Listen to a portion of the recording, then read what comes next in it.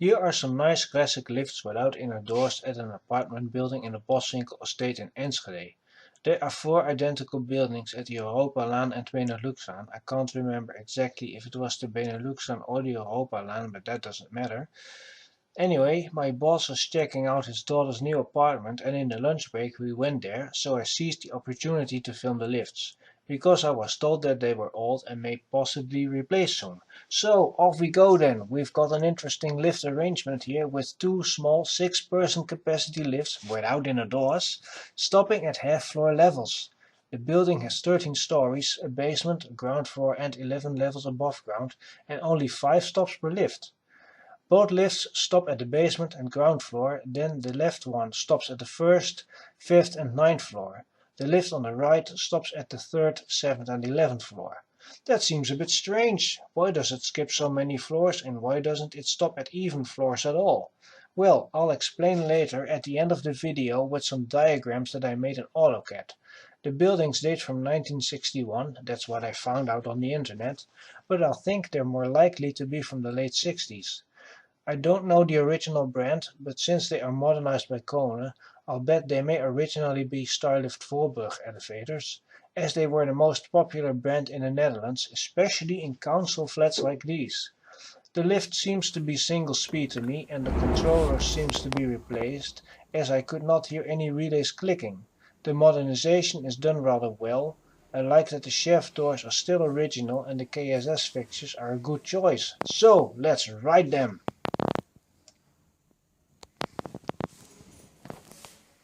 Ja, doe maar.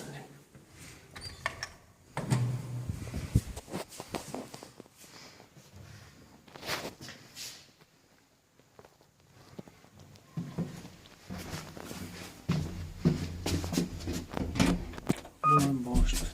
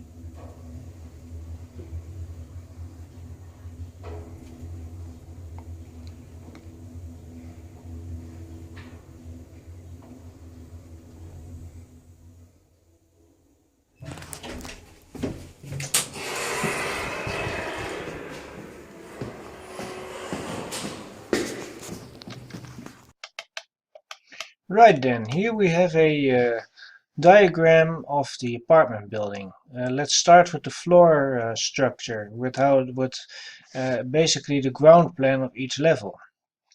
First, we have the entrance. That's level 1. That's where you enter the building. So we have 4 apartments, and as you can see, the apartments are in level 0. The actual elevators start at level 0.5. They actually um, open at the stair landing. So they are at a half floor increment. Same thing with the basement. Both elevators stop in the basement, and when you exit the elevator, you have to go down one uh, stair. Basically, just have a level. So first floor, we have only the left elevator stopping there, and on the second floor, none of the elevators stop there. You think that's really strange, but when I show the cross section a bit later, you'll understand why. The third floor, the left elevator skips it, but the elevator on the right stops here. Fourth floor, well, no stop for both elevators. And then on the fifth floor, the left elevator appears again. On floor number 6, no stops. Floor number 7, we have the right elevator at a stopping position. The 8th floor, no stop. 9th floor, we have elevator on the left. Floor number 10, none of the elevators stop. And then floor number 11, we have the right elevator again. And when you exit the elevator, you have to go down half a level by stair. And that also is true when you entering the building at the ground floor, because the entrance is at level 0, but the entry of the elevator is at level 0.5, so you always have to walk stairs.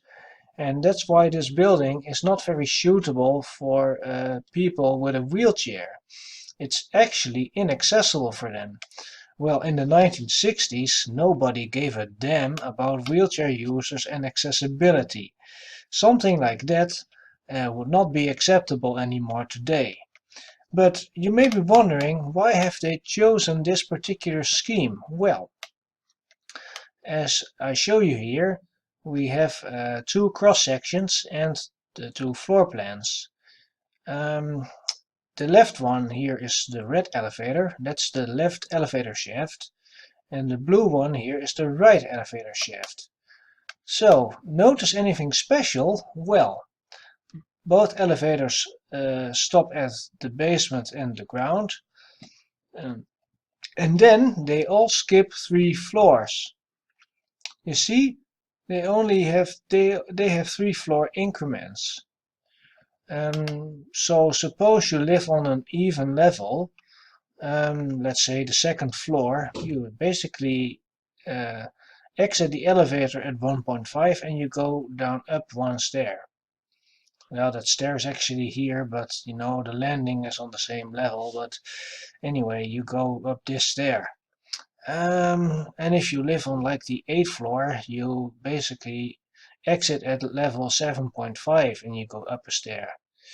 And what if you live at the 4th floor? Well, you go up a stair. Of course, you could also exit at the 5th floor and go down 1.5 stairs.